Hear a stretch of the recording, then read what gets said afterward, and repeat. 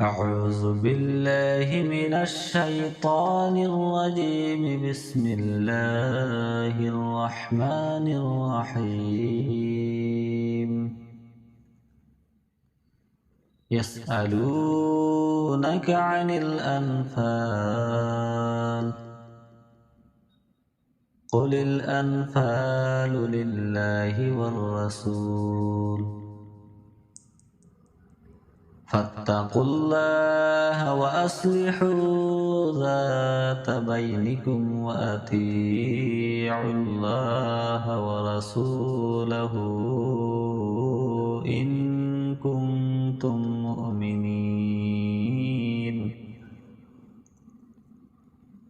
إنما المؤمنون الذين إذا ذكر الله وجلت قلوبهم وإذا تليت عليهم آياته زادتهم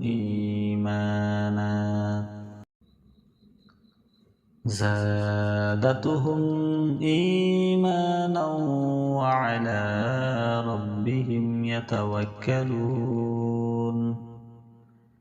الذين يقيمون الصلاة ومما رزقناهم ينفقون.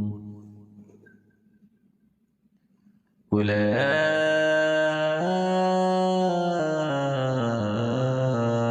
هم المؤمنون حقا،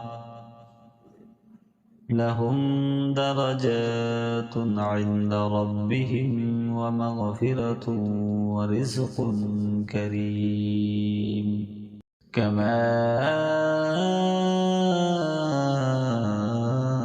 أخرجك ربك من بيتك بالحق وإن فريقا من المؤمنين لكارهون. يجادلونك في الحق بعدما تبين كأنما يساقون إلى الموت وهم ينظرون. وإذ يعدكم الله إحدى الطائفتين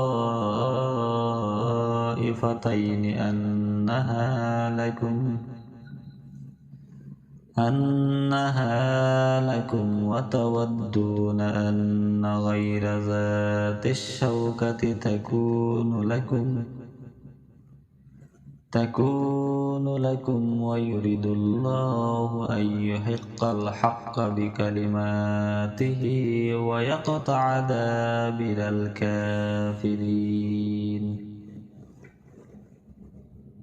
ليحق الحق ويبطل الباطل ولو كره المجرمون.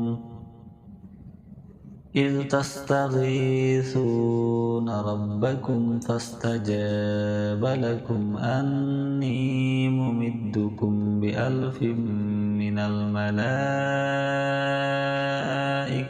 مردفين. وما جعله الله إلا بشرى ولتطمئن به قلوبكم وما النصر إلا من عند